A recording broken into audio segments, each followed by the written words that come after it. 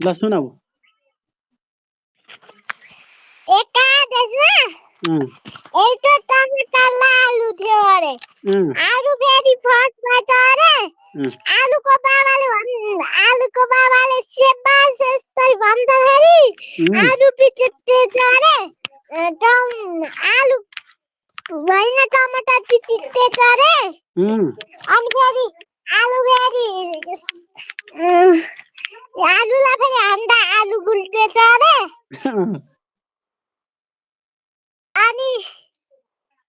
त्यति हो अनि भालु र बाघ थियो अरे बाघले फेरि यसो भनेको अरे कसो बाघले फेरि यसो भनेको अरे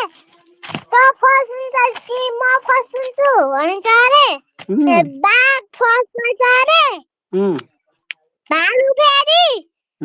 सेकेन्डमा चरे हो र अब तिमी फेरि के हुने त